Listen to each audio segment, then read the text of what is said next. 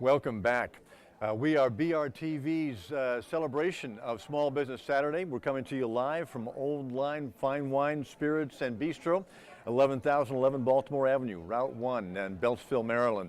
We've got a good crowd of people who have gathered here for today's event. We've got vendors on hand with giveaways, and we've got some more information for you on small business. Just some other information about the Small Business Administration's resources that they have available. They have a niche for just about any kind of business you're thinking of. Rural business service, business and industry guaranteed lending programs. We have a state small business credit initiative to help get the money you need to grow your business, and a small business lending fund with the Department of Treasury. Also the small business development centers that we talked about earlier, and veteran business outreach program, and a women's business center. Many of these services and help is available free. So contact your regional office for the Small Business Administration. Find out how they can help you start, grow, and expand your business. And right now, we've got Rob Goss with the gentleman to talk about a favorite subject for most of us about this time of year, and that's beer. Rob, take it away. Thanks, Jim. Hi, I'm Rob. I'm the craft beer manager here at Old Line, and today we're going to talk to Tim Miller, who was actually brought back an old school Baltimore brand called National Premium. And well, the craft beer business nowadays is actually very widespread. And the cool thing about the craft beer industry is that, like, not only has it started new breweries, but it's also brought back some of the older breweries. So Tim actually, I want to say, refounded National Premium. So Tim, how did you actually get into it? Well, it's been a long journey, but it started out kind of with a love of old marketing, nostalgia. I grew up in the oil business. I was interested in old gas pumps and just old marketing. Okay. And I was walking around an antique store one day, and I just said, man, wouldn't it be cool to bring back an old beer brand? Right. And then I started searching and searching. That was probably 8 years ago. Right. And then about 3 years ago, I saw an ad in the Wall Street Journal for a trademark auction. And luckily enough, one of the trademarks was National Premium, a rich historical beer from Baltimore and Maryland. And that was it. That's it. I'm going to it. So in your travels now, do you go into like antique stores and find old Natty Premium sort of? Not as much as I used to, but in the research phase, phase, I couldn't get enough of it, absolutely. Do you remember that as like when you were a kid, like your dad and your granddad drinking? Oh, absolutely. You're from Maryland originally. Yeah, it was a special treat. Right. That was like, Uncle came over and he brought some National Premium as his So his it's gift of always honor. like with having crabs and National Premium. Absolutely. So when you told your dad and your granddad that you were thinking about bringing the brand back, what did they say? No, just elated. Elated, and yeah. they didn't say you might be a little crazy. That Is was it gonna mom. fly? Yeah, mom was skeptical. Dad said, "All right, let's go." And how has it been? Has it been an easy road? Sort of.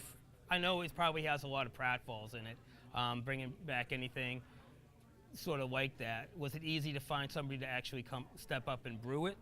No, we had a hard time finding the original recipe. We had a hard time finding a brewery to brew it for us. Okay.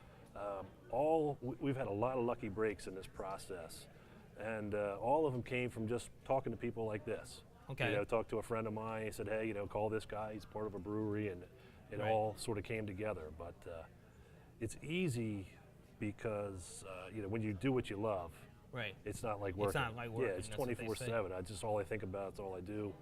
It's fun. So that's easy to me. Now it's brewed over Coastal Brewing in Dover, Delaware. In Delaware. Yes. So Yep. that's basically the brewery that brews Dominion and those products as Correct. well. Yes. And they've been really. I know they've been really supportive. I Oh, know Jim absolutely. Lutz No, quite well. it's been great. I live in Talbot County on the Eastern Shore of Maryland. It's about an hour and 10 minutes from my house. Okay. It couldn't have been a better situation for me to find a brewery. I mean, I talked to breweries all over the East Coast, even into Milwaukee, et cetera, and couldn't find someone interested in taking us on. So that's been great. Jim Lutz, their CEO, former owner of Wild Goose Beer, which was in Cambridge, Maryland, right down the road from where I am. He probably remembers the brand. Oh, absolutely, yeah. Because he's been in the beer business Sure. for a long Oh, yeah, long right. time. He's a career beer guy. So He mentored me along in the beginning. I've got a fellow named Jack Eman, a retired master brewer, Nice. who is kind of voluntarily come on as our master brewer and helps us brew the beer and has mentored me quite a bit as well. So I've got some experienced folks helping me. So you're statewide now, right? Not just. Yep, we're in Maryland. We're in Delaware Touch. We're nice. Yeah, we're licensed in D.C. We haven't picked up a distributor there yet. Okay. Looking at Pennsylvania and Virginia as well. And it's been about how much, you probably don't, well, you probably do know the exact numbers. How many cases a year are produced, and how is For us? demand? Yeah. Yeah, we've probably done a couple thousand barrels. Oh, nice. Yeah. So That's that's how we talk in beers. in you know, beer barrels. business. Yeah. A barrel's The 31 layman gallons. would be so. cases. Yeah. So, I mean, we do well with it here. I mean, we serve it in the bar. I know you're looking into trying to get into some places closer to the stadium and maybe even into the stadium. I know Absolutely. I know you're in Pickles. Yes. So, Pickles which Pub. is great. I mean, for me, see, I'm a New Englander, but so Narragansett made its Absolutely. way back, Yep. and that's actually gotten really big. I studied their progress all along. And it's to me, sort of the whole craft movement has actually helped foster bringing these old brands back, because 50s, 60s, 70s, pretty much every major city had their own brewery. It was a regional business. Right, exactly. Refrigeration, trucking, shelf life, the whole thing. Right. And sort of as the stadiums came along, transportation got better, competition was a lot stiffer, pricing got a lot more aggressive by the big guys. A lot of really good local regional brands Sort of went by the wayside. by the wayside. They couldn't they compete. make it. And Yeah. a lot of them went really cheap to try to survive. Right. And Yeah. now those brands might be sitting on a shelf somewhere, dead. Right, But a lot of them are exactly. coming back, which is cool. Yeah, that's what I mean. That's the whole thing with me and the craft movement and the beer movement now in general. It's just it's like an exciting. It's exciting. It's like for me personally, because I order the stuff. It's cool to see like new things come in, and you're like, wow, I'm Right. really excited to see that. I'm hoping we get more of the local, some of the local brands coming back. I know there's not a ton. There's a few. There's few. not a ton left, but it'd be nice to see. I'd like to see Wild Goose come back. Absolutely. Yeah. I mean, when I first moved down Good here, stuff. that was actually one of the first. I guess back in the day they called them micros. Oh yeah, late 80s, early late 90s. 80s when I yeah. first moved down here. Yeah, that was like one of the first ones that I tried here, and I still. It's funny. I still have in one of our cookbooks. I still have a bookmark where you can get the Wild Goose Yeah. T-shirt for like whatever it was, like Right. $5 or whatever. So I look at that all the time, and I just laugh. And now I think, look how big it is. I mean, we have a huge store, and look at all the brands. Oh, yeah, well, you guys And- are lucky. You've got the luxury of space to take on all the new entities. And it's exciting. I mean, we get people all the time that are like, do you have this? Do you have that? You're not thinking about doing another. You're gonna stick with this recipe, but you're not thinking about doing maybe like, I know some of them started to do like a Bock and sort of different variations of their beers. I don't know if the National Premium ever do anything but theirs. Yes, they did. They had a National Premium Dark. Oh, nice. Yeah, it was only on draft, and I'm going to say it was late 80s, early 90s, and I've had a lot of requests to bring that back, and they're very emotional requests. They're Right. not like we sort of want you to bring it back, like They're bring like it back, screaming at me. So not huge numbers, but yeah. So we're thinking about that. That's cool. Yeah. So National Premium left the scene when? I'm going to say mid 90s. Oh, really? That. Yeah, 96, I think. So like 20 years, probably about around About, 20 right. years.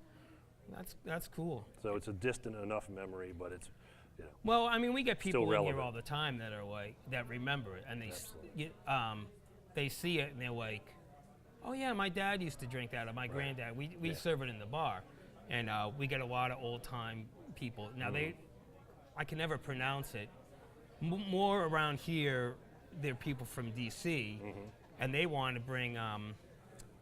DC Brow Heinrich? just Heinrich? Heinrich back. Yeah, that was a big name, yeah. DC, I know DC Brow just did something with it, and it's available only in DC where their product is. But I actually had that. It was very. Yeah, I've good heard that beer. was pretty Yeah, good. it was awesome. So that's awesome. I'm glad you guys came by today. I don't know if you want to say. I was going to say anymore. one other trademark that we've picked up in the stable is an old Baltimore beer by the name of Gunther. And that went out probably in the early 60s. It's a pretty distant memory. But Oh, I've seen that in that book, in the Baltimore Right. beer book. right, the one I gave you for Christmas. Right. Yeah, that's right. But that was a large player as well. I mean, they probably did 1 million barrels of beer at their Really? heyday. Yeah. So you're thinking about maybe Yeah. looking into it? Yeah, I don't think we can replicate the actual formula, but the brand is interesting. It's a neat brand. Yeah, that's a neat brand. Yeah, I like the name. Yeah, I know there'd probably be a lot of people here who would love to see that Absolutely. come back. Yeah, I mean, I it's interesting to look at that book. It's got all those old pictures of all the Oh, old I love the breweries. history. Yeah, it's so cool. It's really cool. All right, well, thanks, Tim. Hey, man, Thanks thanks, for Rob. coming in. Hey smart shopper, stop paying full price. Join the Consumers Win Savings Club and stretch your dollars every time you shop. Joining is simple. Just go to consumerswin.com. That's consumerswin.com and join our community mailing list. You'll start saving on deals right now. You can also get a Consumers Win Savings Club card to carry with you. What a great way to save money and help small businesses in your community to grow. Start saving today. Get the details at consumerswin.com. That's consumerswin.com, where you will master the art of shopping smart. Have you Googled yourself lately? As a small business owner, you serve as the face of your business to potential and existing clients. It's crucial that you put your best face forward by managing your online reputation. Before any prospective client decides to do business with you, it is highly likely that they will Google you. Google is not just a search engine, it's a reputation engine. Here are some tips to help you manage your online reputation. Protect yourself by Googling your name and the name of your business regularly. Use free monitoring tools like Google Alerts to be notified when there is any mention of you or your business. If you do find something negative, act swiftly by either cleaning it up or drowning it out. Clean it up by contacting the website owners and asking them to remove the negative information. Drown it out by posting positive information about you and your company using the various social media networks, blogs, and your own personal websites. Be sure to set the appropriate privacy settings on your social networking accounts and assume that any email or comment could end up in the public forum. At DC Livery, we are focused on building a lifelong relationship with our clients by providing them with reliable, courteous, professional, and secure ground transportation services.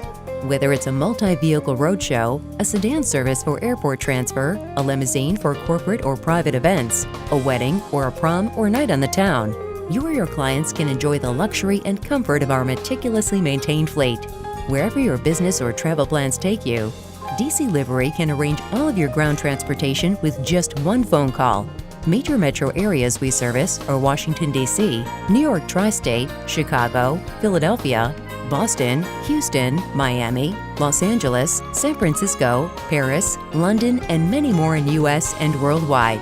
We offer sedans, SUVs, vans, stretch limousines, minibuses, and motor coaches, and utilize state-of-the-art traffic, flight monitoring, and GPS vehicle tracking systems. So call DC Livery to book your next ride.